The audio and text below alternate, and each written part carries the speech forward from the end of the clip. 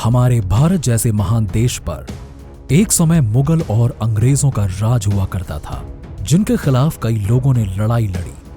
अंग्रेजों के दौर में भारत को आजाद कराने के लिए भारत मां के कई पुत्र शहीद हुए, जिनमें चंद्रशेखर आजाद से लेकर भगत सिंह जैसे महान लोग शामिल थे। परंतु दोस्तों, उस दौर की महिलाओं ने भी अपने आप को भी पीछे नहीं रखा और वो भी संघर्ष में लगी रही। इनमें से कुछ हिंदू रानियां ऐसी थीं जिन्होंने अपने राज्य में कुछ इस कदर दबदबा बनाया हुआ था, जिसके चलते मुगल से लेकर अंग्रेजों तक हर कोई उनसे कांपता था। हमारी आज की इस वीडियो में आप भारत के उन 5 महान हिंदू रानियों के बारे में जानेंगे जिन्होंने मुगलों से लेकर अंग्रेजों का डटकर सामना किया था। तो दोस्तों, एक बार फिर से स्वागत है आपका हमारे चैनल पर। आइए इसी के साथ शुरू करते हैं हमारी आज की इस बेहतरीन वीडियो को। रानी ताराबाई। दोस्तों, वीडियो की शुरुआत हम रानी ताराबाई से करेंगे। रानी ताराबाई के बारे में कहा जाता है कि भारत के इतिहास में इनका बहुत ही बड़ा योगदान रहा है, जिन्हें आज के समय में अपनी वीरता और साहस के लिए जाना जाता है। रानी ताराबाई का जन्म 1675 में हुआ था, जिनकी विचारधारा वीर शिवाजी महाराज की तरह ही थी। इनका विवाह शिवाजी महाराज के छोटे बेटे राजा राम के साथ हुआ था। अपने पति की मृत्यु के बाद रानी ताराबाई मराठा साम्राज्य की संरक्षिका बनी। वो मराठा साम्राज्य की रानी हुआ करती थी। अपने पति की मृत्यु के बाद उनका जीवन पूरी तरीके से बदल चुका था। 18वीं शताब्दी के समय में भारत में न सिर्फ अंग्रेजों का दबदबा हुआ करता था, बल्कि रानी ताराबाई का भी रुतबा कुछ इसी प्रकार का था। रानी ताराबाई को प्रमुख मराठा राजमाता कहा जाता है, जिन्होंने अपने समय में ब्रिटिश राज से महाराष्ट्र को आजाद कराने में अहम भूमिका निभाई थी। 1817 में उन्होंने ब्रिटिश हुकूमत के खिलाफ लड़ना शुरू किया। उन्होंने ब्रिटिश और अपनी सेना के बीच में समझौता करने की कोशिश भी करी, लेकिन अंग्रेजों ने यह समझौता इनकार कर दिया। ब्रिटिश आर्मी ताराबाई के पीछे लग गई और अंत में ताराबाई को ब्रिटिशर्स द्वारा हरा दिया गया। लेकिन जिस तरह का संघर्ष रानी ताराबाई ने अंग्रेजों के खिलाफ दिखाया, वो हमें यह दर्शाता है कि रानी ताराबाई किस मिट्टी से बनी थी। उनकी वीरता के चलते आज भी लोग उन्हें महान शख्सियत के रूप में देखते हैं। रानी दुर्गावती। दोस्तों, भारत के इतिहास में महिला शूरवीरों की जब जब बात करी जाती है, तब हमेशा रानी दुर्गावती का नाम सबकी जुबान पर आता है। रानी दुर्गावती का जन्म साल 1524 में हुआ था। जब उनके पति राजा दलपत शाह की मृत्यु हो गई, तब उन्होंने गोंडवाना राजवंश की गद्दी संभाली। वो गोंडा राजवंश की महारानी के रूप में काफी प्रसिद्ध हो गई। उन्हें काफी बहादुर माना जाता था। उनके बारे में कहा जाता था कि वो अपने प्रजा के लिए जीती थी और हर एक मुश्किल घड़ी में वो अपनी प्रजा के साथ कंधे से कंधा मिलाकर डटकर खड़ी रहती थी। रानी दुर्गावती अपने राज्य को तो संभाला ही करती थी, लेकिन वो हमेशा मुगलों के विरुद्ध रहा करती थी और उनके खिलाफ कभी भी आवाज उठाने से पीछे नहीं हटती थी। रानी दुर्गावती का सबसे प्रसिद्ध युद्ध 1564 में मुगल शासक अकबर के सेनापति आसफ खान के साथ हुआ। आसफ खान ने गोंडवाना पर आक्रमण किया और रानी दुर्गावती ने वीरता से मुकाबला किया। वो हार मानने को तैयार नहीं थी, लेकिन मुगलों की सेना उन पर भारी पड़ गई। ये युद्ध तो काफी दिनों तक चला, लेकिन अंत में रानी दुर्गावती वीर गति को प्राप्त हो गई। लेकिन उन्होंने अपनी वीरता और साहस का प्रमाण भली भांति प्रस्तुत किया और कई योद्धाओं के लिए एक उदाहरण भी बनी।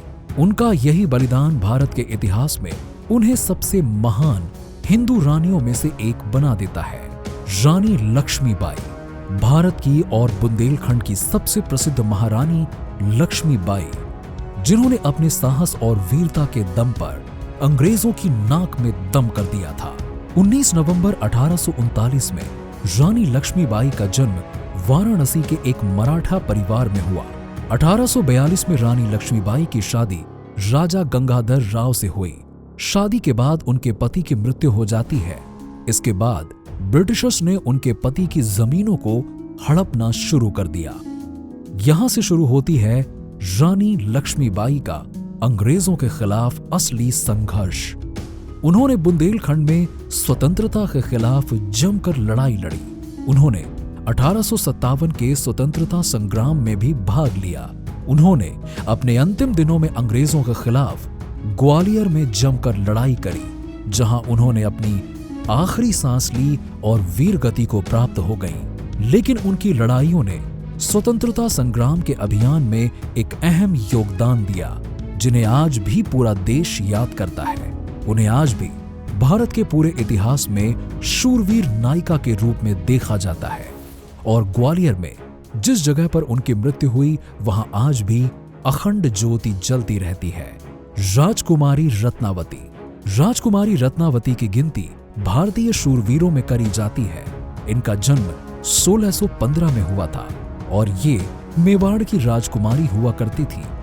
राजकुमारी रत्नावती की वीरता की कहानी भारत के इतिहास में खूब प्रचलित है। 17वीं सदी में उन्होंने मेवाड़ के राज परिवार में विवाह किया था।